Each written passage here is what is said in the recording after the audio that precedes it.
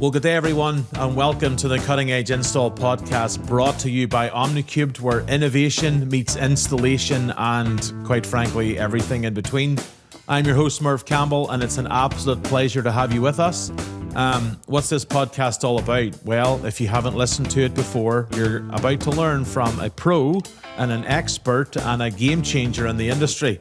We're going to dive into some stories, we're going to share insights, and we are going to have fun. Now, you can probably tell by my accent, the Irish do know how to have fun, maybe more than they should, but we're going to make this as lighthearted as possible so you don't fall asleep or whatever else. So whether you're on the job, whether you're on the road, or you're just looking to stay sharp, you are in the right place. So let's get cracking.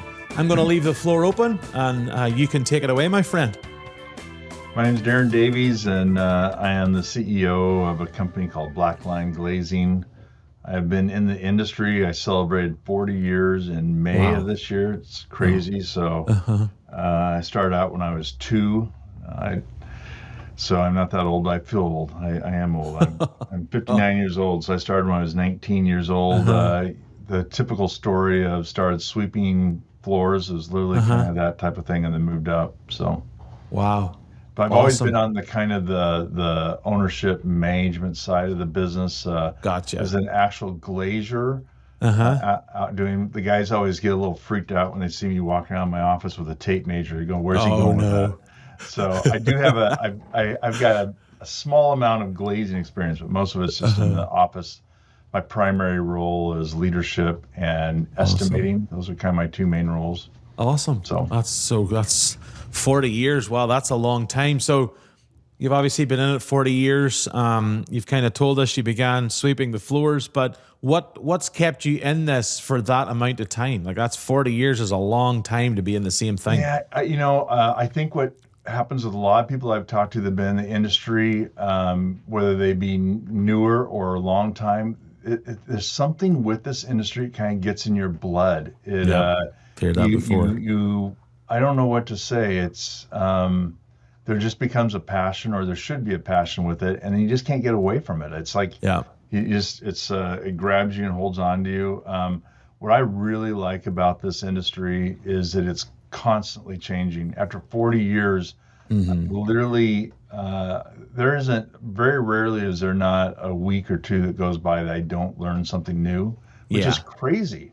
Yeah, I look at other industries, like, let's say brick or masonry or something like that. It's like, how many change? I mean, they've been doing brick for 5,000 years, I know. And now a whole lot has changed. I mean, I'm not a mason, but with glass, there's something new all the time. Yeah. So kind of that change and that shift in things. What's some of the biggest changes or shifts that you've seen in the industry since you began? Well, in 1985, when I started, I did a project that was 1/4-inch single glaze, which I know they were still doing that in Texas and California, but in Oregon, we had to be one of the last projects that ever went with 1/4-inch, and then from there it went with the insulated, then the low E's and all that stuff, and then systems from aluminum to fiberglass to vinyl to all those things. So I'd say, at least in Oregon, or in the industry, but really it was a press in the Pacific Northwest. Was the need for high efficiency when it came to energy.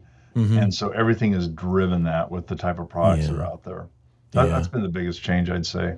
Yeah. No, that's helpful information. So how did Black Line Glazing come to be? What's the original version? How has that evolved over time? How have you gotten to where you are right now? Yeah, so I mean, this is my 3rd job in the industry, or 3rd position. I started out with a company that, like I said, I started off from the very bottom, and I was working with a home owner or a home builder, a big developer in this area that. For whatever reason, saw something he liked in me at a pretty young age and said, hey, will you ever be interested in starting your own company? And so he helped finance start of a company in 1991. Okay. And I had that business for 27 years. I was a minority owner. He sold his majority ownership to someone else that it just ended up not being a real great fit. And so after 27 years, he bought me out. And I started off Black Line in 2019. Yes. The term black line's kind of weird. I don't know, for whatever reason, we wanted something Black Mountain, Yeah, Black there you River, go. whatever. And Yeah. this is getting a little obscure, but for those who really know construction, you've got your chalk lines, and they'll Yes. be yellow or Yep. green or all the different types of colors chalk lines. Totally. Well, when they use black chalk, that type of chalk is a permanent black. Wow. That's it. And so, you'll go to a large project and you're looking for your lines. Those will be black. Those are the ones that are permanent. Yeah. Plus, we figured the black line financially is much better than a red line. So that's how we got the name. So there you go. You learn something new every day. That's awesome. Yeah. Oh, that's so cool. Within a company then, kind of like yours, culture can make and break a work environment. We all know that. And so as the leader of the pack, so to speak, what's your philosophy when it comes to building a really strong team culture? When I got the opportunity to kind of start over from scratch again with Blackline after I left the other company that I had started, I really wanted a company that I wanted to come to work for. I mean, even though I owned it, for the first time in my life, from the exiting of the previous company, I had for the first time in my life, I saw I dreaded going to work. So it's for a very short period of time. So I really wanted to have something that was uniquely different, that my employees would want to come to work. I often will tell them, I say this in a lot of meetings, I don't expect going to work being like Disneyland every day, but it shouldn't be like cleaning the toilets at the Pentagon. And if you feel like on Sunday afternoon, you're dreading going to work, there's something needs to change. Life is too short. We spend too much time at work to be miserable. Totally. And so we do some things. They're minor. We have a break room that's full of every snack that my wife can find. Every type of drink that you'd want, and we don't have any. There's no vending machines. It's just all wherever they want. Just we do a cool T-shirt. I think every year we create a custom T-shirt that kind of looks like a rock concert shirt. It has all the jobs we did the year before. Wow. It's got different themes, like when we had COVID, it was, masked up tour. Yeah. And then we had the unmasked tour. Those kind of things. And that's awesome. Has our scripture verse that we use for in the bottom of it. And so, That's awesome. That's so cool. Yeah. We like to eat around here, and I love to barbecue, and so does my boss, who's the owner. And there's many a day we'll whip out the barbecue and there's tri-tips on there, or there's chicken, or there's something. And it's the small things that actually make it really awesome to work somewhere. And it's that culture of, like you said, it's not always going to be Disneyland or Disney World or wherever you want to go, but it should be, you should actually want to get up to work. Most days, not every day. A Monday morning's a little bit tough, but that's okay. Exactly. Or a day after a vacation. But, it's like you said, you are there most of your life, and you got to enjoy it. So, talking about leadership then, you being the leader of the group and everything, what qualities have you found that are important, that are really needed for like running a successful business, especially today when things are changing and there's challenges? Basically, it feels like every hour there's a new challenge thrown at us.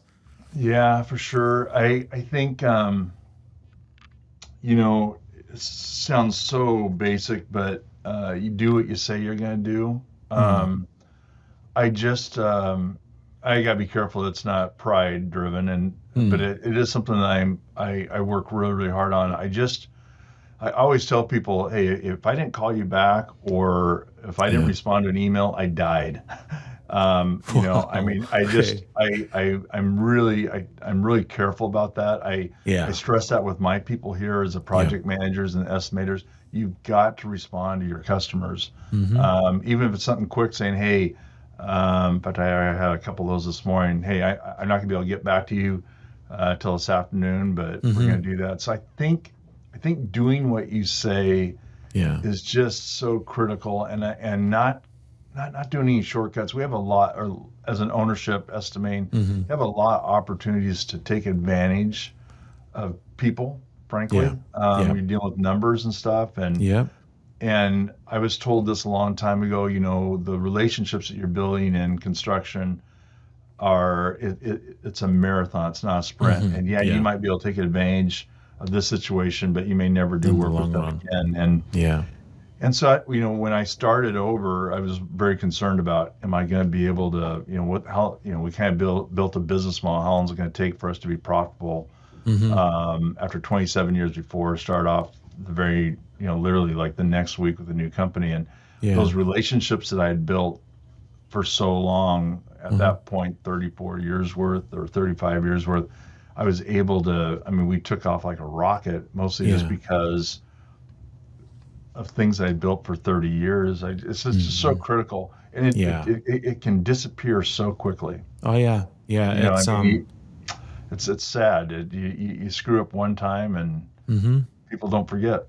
No, they don't. They're like elephants. They don't forget, sadly. And you're very true. We have a saying around here in this business where fast is slow and slow is fast, and so. The more time you put into even employees or customers, the better it is. If you're quick and sharp and, do a hodgepodge of a job, you're either coming back or you're never, ever coming back again. So, it's good to take that. So with your background then in estimating, what are some things that newer estimators, they often overlook when they're bidding a job, or something that has held you in good stead over the years? Oh my goodness. I think with estimating, it is an art. It's not at least in the glass industry, it's and I think a good estimator is very unique in that they, get to, it's so much more than just number crunching. It's knowing your market. It's knowing all the ins and outs, and it's really hard to teach that. So when I'm trying to teach a new estimator, how do you teach them, what our competition is, why this job is one that we can have a tighter margin on, those sorts of things. I think that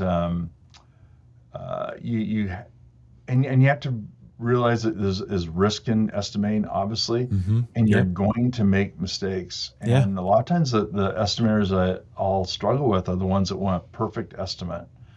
And I'm pretty open with saying, dude, I have done this for so long, I've made some pretty major mistakes. And, totally. Hopefully they're not fatal. One of the worst mistakes I ever did, this is no lie, a 5-story building, and I knew it was 5-story. And for whatever reason, I only bid it 4 stories. I missed a whole floor on a big project, and I'm pretty open with that when I talk to my people. That it's just going to happen, and I think a lot of times the estimators want that perfect estimate, and they'll overthink it. And they will. It's okay to admit to mistakes as long as you learn from them. And a lot of times issues happen when they try to cover it up. Exactly. Oh, you're absolutely right. Just admit it. We know going in right away that, hey, we've got this blow. Let's see how we can make it.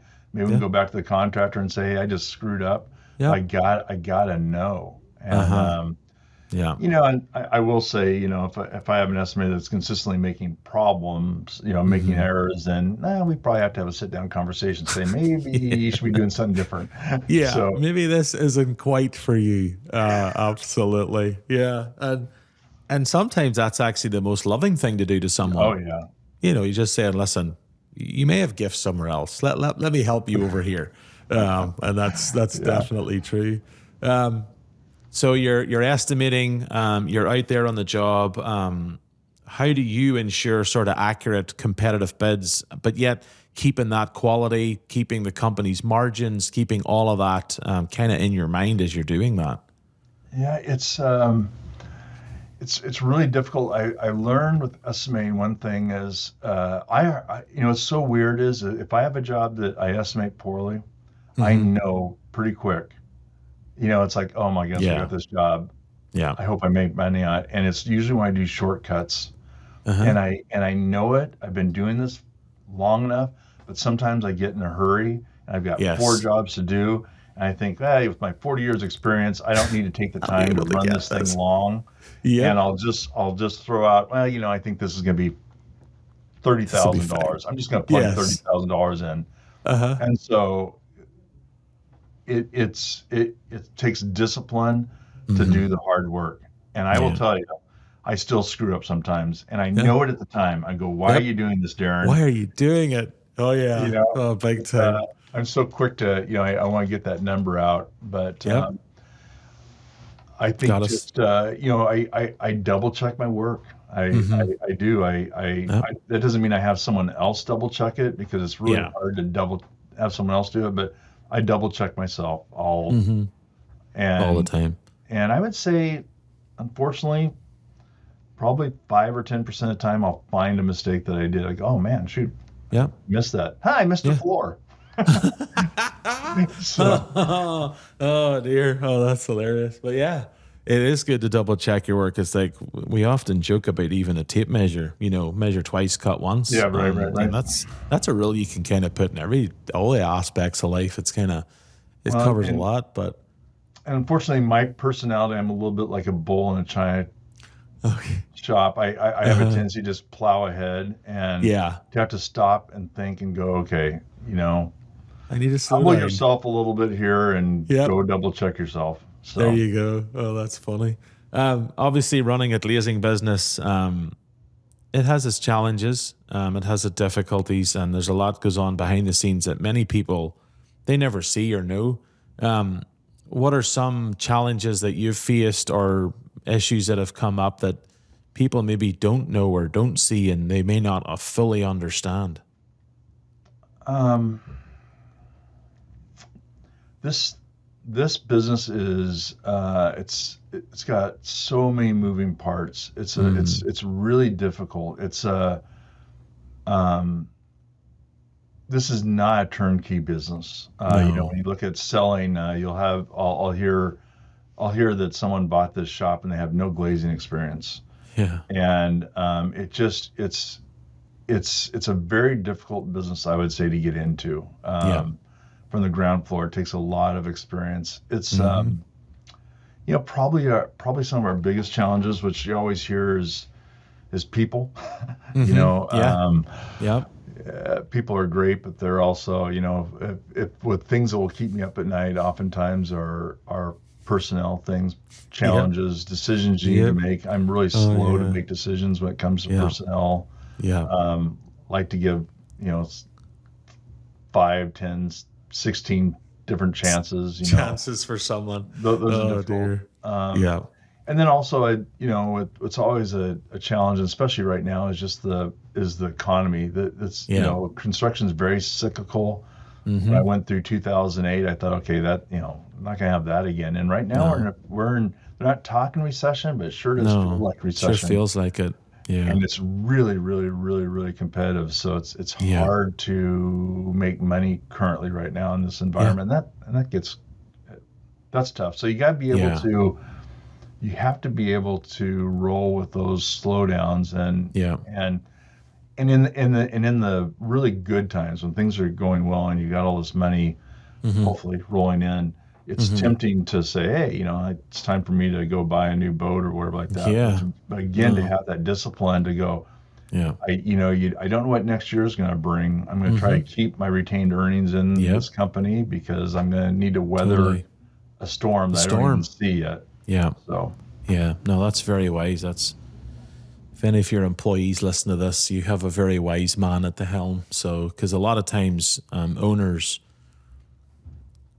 it is their company and they think of themselves. And so, yeah, they do land in with a, 60-foot long boat, and they're never out of the business or whatever. But even in these days, to think longer term, we have to plan for the future. And these days it's difficult to plan when you don't know what's coming in the front door to plan for. So like budgets and all those things. But no, it is good to it's good if the Lord blesses us and provides, that we do hold on to some of that even for the years to come for our employees. But you kind of talked there a little bit about like technology and things like that, and like new things that are coming on the horizons, and it's constantly changing. Like every day there's some new tool out there to do something greater and bigger than it was yesterday. But how have you as a company adapted, and like what tools or what systems have really made a difference for you? Yeah, now you can get my eyes to sparkle, because this is what I really enjoy. Nice. I love new stuff. So Yeah. I can easily get bored. So I Uh-huh. like to think that I'm pretty cutting edge. But I'm probably not. There you go. I like to be the trailblazer. I like to take those risks. A lot of Uh-huh. times people go, I'm not going to take that chance, and then you look You're at, like, you you're know, like, I'll do Kodak it. Kodak Uh-huh. cameras that didn't pick up on the digital age and got left Uh-huh. behind. So, Yep. I think I use a system called GDS estimating, which those listening Mm-hmm. probably are very, very familiar with that. I think I was one of the first GDS users back in probably Wow. 1986 when they first came out. Uh-huh. And then, we had CNC machinery Yeah. software. I think when most glass shops weren't doing that. Mm-hmm. Tiger Stop, all that type of equipment. Yeah. I think there's even the fax machine way back when. That, now I'm really Yeah. dating myself. We were one of the first person to have a fax machine. Oh So, dear. Oh, that's funny.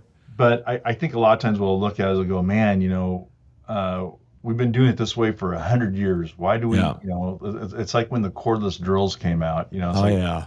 I'm not used to why do we have to have cordless drills? They're expensive, and Yep. you can do a corded one for a lot less Cheaper and money. everything else. Yep. And you have to do that return on investment Yep. analysis, Mm-hmm. and sometimes there's intangibles. So Yeah. again, we use CNC machinery. We use, I would say that's probably on that side of it. But then as far as actual systems, we Mm-hmm. recently, I've been to Belgium twice. We recently brought over a European product Uh-huh. line, which has really done well for us. Awesome. We also are now working with Luxwall, which is a really, really highly thermal Mm-hmm. vacuum glass. Yeah. So you have to do something that differentiates Yep. yourself from the Yeah. other guy, Yep. because everyone is buying, for the most part, they're buying their metal about the same price, Yeah. and they're buying their glass for Mm-hmm. pretty much the same price. Yeah. So now it's just a matter of, okay, who screwed up in the bid, or who wants to Yeah. make less money on this job. And Yeah. it's tough. And so you got to go, Yeah. how can I How can I differentiate do myself? How this? can I make Yeah. myself different? So, Totally. Well, that's awesome. Yeah. Stay on top of it. It's technology it's exciting. It's scary for some. Some people are yeah. very slow to adapt to it and they're fearful, but 9 times out of 10, it pretty much works out a lot of the time. So, yeah. So we've kind of talked about technology excites you, but in the industry as a whole, what's going to excite you in that? What's going to worry you, even for the future, and whether that's Well, materials, training, or even new markets that we need to go into. yeah, I think one of the things is that, a big risk, we do Mm-hmm. SWOT analysis. So I think Mm-hmm. one of our biggest threats is, that we're seeing, at least in the Pacific Northwest, is the use of punched windows like fiberglass, Mm-hmm. vinyl on these big Yeah. projects, where in the past it used to be aluminum that we Yeah. were doing. Uh-huh. Now the contractor is buying them from the company direct. They're getting Uh-huh. their carpenters to install them. Yeah. That's pretty concerning to me in Mm-hmm. an industry. I mean, I think there will always be a need for glass. There'll always be a need Yeah. for glaziers, but I think, I mean, that's coming pretty quick in the Pacific Northwest. I mean, we're Mm-hmm. seeing. In fact, I looked at a job today, and I'm going, 10 years ago, this would have been all mine. Yeah. Now we're just doing a little bit of the work Tiny on the bit. ground floor. Yeah. So, yeah, I look at the T in SWOT Mm-hmm. oftentimes and Yeah. analyze that. What is, I've only got about, I don't have that many years, so we'll let the next Uh-huh. group of guys be concerned Yeah. with it. But Yeah. But it's good to leave a good legacy behind. But kind of putting work to the side, outside of work, what keeps you grounded? Do you have any hobbies, any passions you have, or any routines that you have that kind of recharge your batteries? Yeah, and I would say after 40 years of, I don't want to be this way, but I'm just going to be honest with you. This business sucked me in. I have a tendency to be workaholic. Yeah. I enjoy work, and so for me, now at 59 years old, I'm doing a little bit more of that. I'm taking a little bit more time and that kind of Good. stuff. So I love to travel. Been to Europe, several times.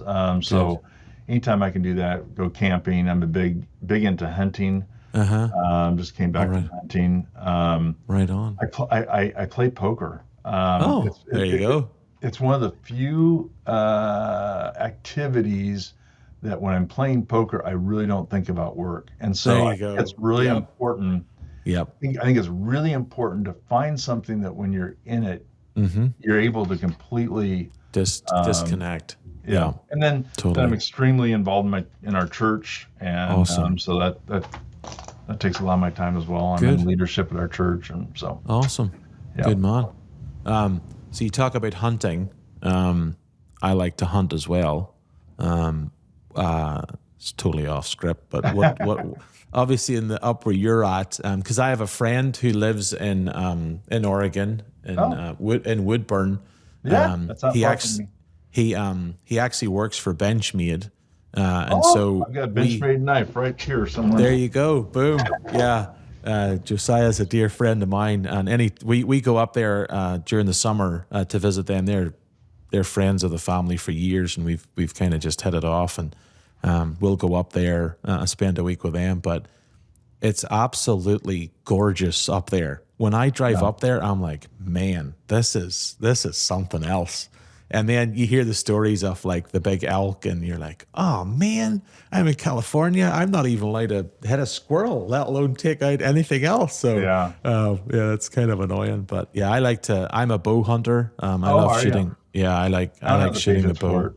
Yeah. So I like to fire the bow, and I too am in leadership in my church. So we have a lot in common. So that's good. That's awesome. Yeah. Do you do any waterfowl hunting? Any bird hunting?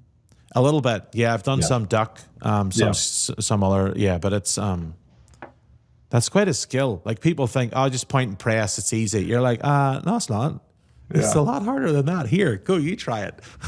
See how you get on. But no, that's cool. That's legit. So, kind of keeping going here. What you've been in the industry 40 years. You have a lot of experience, a lot of knowledge. Obviously, you're training that next generation. But what advice would you give to some young person, maybe some later teen who's possibly thinking about going into glazing, even into project management, even perhaps starting their own business? What's one bit of advice that you would give them to kind of start them on their journey? Think again. No. I thought you might say that, and I was like, I think he might say run. Yeah, that's hilarious. I remember my first day in the industry. I really do. And I was working with a guy, his name was Gil, and he literally said that to me. He said, what would make you want to get into this crazy business? And so, but no, I think it's a great business. I think that you just need to go in with your eyes wide open, but it's great. Yep. I love it. I would recommend it to anyone, but I would say, you got to be prepared to put in the time. This is not a part-time, especially in ownership. You see a lot of owners that are kind of half in, half out, especially if they've found success. I mean, to do it right, you need to be very, very, very committed. What we already talked about is do what you say you're going to do.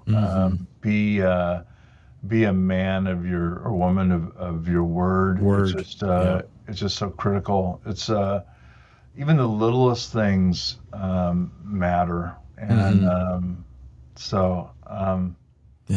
and then I think the other thing is, man, if you can find yourself a really good mentor early on, especially in business. I did that early on. I think the people that get the most mistakes is think that they've got all figured out. And I tell myself all the time, man, I do not have it figured out. No. I need advice. I need, if I hire someone that has no industry experience, I can learn from him. I mean, you know, so. Yeah, there's as we both know, there's wisdom in many counselors. So, and you've got to have those. You got to have those mentors who will actually tell you that you are being stupid and you need to wise up. Right. That's a true mentor. Someone who always fans your ego and says you're doing a great job. That's not a true mentor. Absolutely. There is aspects that you should get that, but no, they should be able to clip you around the back of the head and say, "What are you doing, man?" Exactly. Get a grip of something yourself. I learned, which was really interesting, is they talk about blind spots. And people have blind spots and all that kind of stuff. But a really true blind spot, this is really scary. A true blind spot, and you have people around you that can point this out, but a true blind spot is something that you think you're good at that you're actually not good at. Yeah, and exactly. And I know a few of mine now over years, something that I thought I was good at, and find out that, Darand, you suck at that. You should not be doing this. Yeah, exactly. You should not be doing this. So, and I try not to. And then surround yourself with people that are smarter than you. Yeah. Don't be threatened by them. I mean, I'm terrible at math. Well, I should say that. I'm an estimator. I'm terrible at. I don't want balanced budgets. I don't want to analyze. Yeah. But I know how critical it is in this business, so I've hired for that. I'm not very good at HR stuff, so I've completely passed that stuff off. And, but a lot of times I think CEOs especially think, well, I need to be doing this. This is what I'm here for. I'm CEO, so I should be analyzing numbers. I should be firing people. Well, maybe there are some CEOs that have that gifting, but they're no good at sales. Yeah. Well, get someone else to do the sales side of it. 100%. We can't be everything. Yeah. You can't wear all the hats because we're finite creatures and there's only so much we can actually do.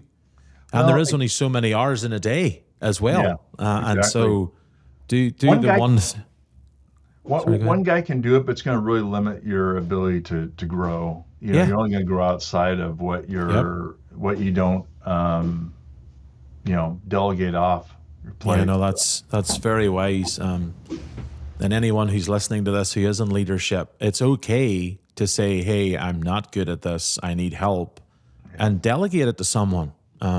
We like to do that here at Omni Cubed, where we see people's gifts and we let them loose with that gift that they've been given. And we've one young man who recently came into our customer service department, and he is phenomenal with customers. He can strike up a conversation with anyone. He talks to them about everything. There's one customer's called up and they've offered him baseball tickets because he's a Diamondbacks fan. And so, there's that conversational, but that's a gift he has. So use that as a company. And that actually puts wind in his sail because he's able to use the gifts that he's been given. So it's critical to be able as a leader to say, you know what, this isn't a strength. There's someone else who can do it, and give them the tools to do it well and let them loose. And see what can become of it. So we run all of our people through what they call a CVI. It's a core value index, and it's not personality. Yeah. But we run everyone through this, and what it does, it puts them into 4 categories. And not this black and white, but you find out what your core is, and you're either a builder, a merchant, a banker, or an innovator. Yeah. I am a profound merchant. And it sounds like the guy that works for you is a profound merchant. So merchants are, they find that their best day is mean people, green people like that. A banker, give him a spreadsheet and analysts. Yep. Well, if you take a merchant like myself and tell me, hey, Darand, I want you to go balance this checkbook, that would be disaster. That'd be hell on earth. But totally. Now you give that banker and say, hey, I need you to make a sales call on this person. Precisely. For them, they would be, that's terrible. And so we try to fit the people as best we can into what we know they're going to enjoy. That's so helpful. At least, their job should at least 80% of the time, I think, be touching into work that they enjoy doing, that they find value in, or they're going to be burned out. Oh yeah, absolutely. So, you're a good man. You're a good man, I tell you, because there's a lot of times people get stagnant where they are, and they think it's where they should be, and then their work performance isn't what it should be, and they're depressed and they're grumpy, and then we always say one bad apple ruins a whole barrel, and all it takes is one disgruntled employee, and it's a nightmare. It's terrible. It's a disaster. Cancer. Yep. So it's a cancer.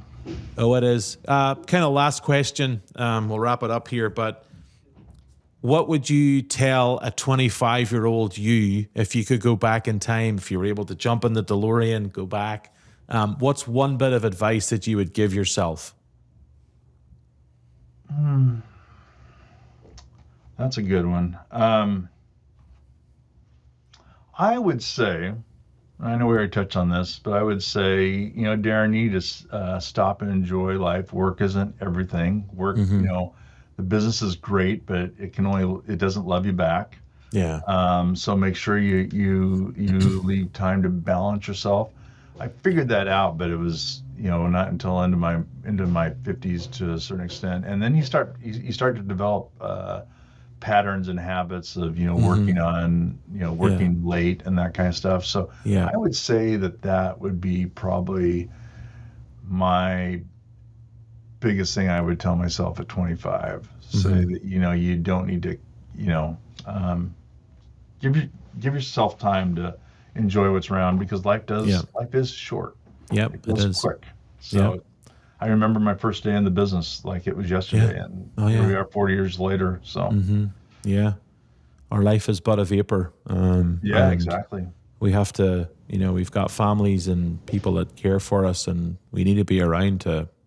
I have a 16-year-old daughter, and so I'm like, well, I would like to walk you down the aisle. So, there's got to be work balance, because you see a lot of people who they do so much and they don't have anything outside of work. And that's kind of scary for me. But Darand, this was an absolute pleasure. Thank you so much for coming on. It was really awesome to meet you, to talk to you. I'm going to come find you when I'm up in Oregon the next time. Not very far from me. You drive right by our place, probably, if you go to Woodburn. So. Oh, right on. That's awesome. Oh, that'd be cool. I'll get your number, and I could see what's happening next summer. But that's a wrap on this episode of the Cutting Edge Install Podcast. If you've enjoyed this episode, follow us, subscribe, leave a quick review, share it with whomever and whoever. And keep an eye out. We launch these every other Thursday at 8 a.m.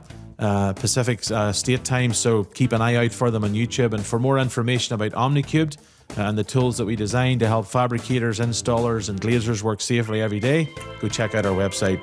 It's omnicubed.com. And until the next time you hear my dulcet tones or see my face, I say to you, stay safe, cheerio, and God bless. Bye-bye.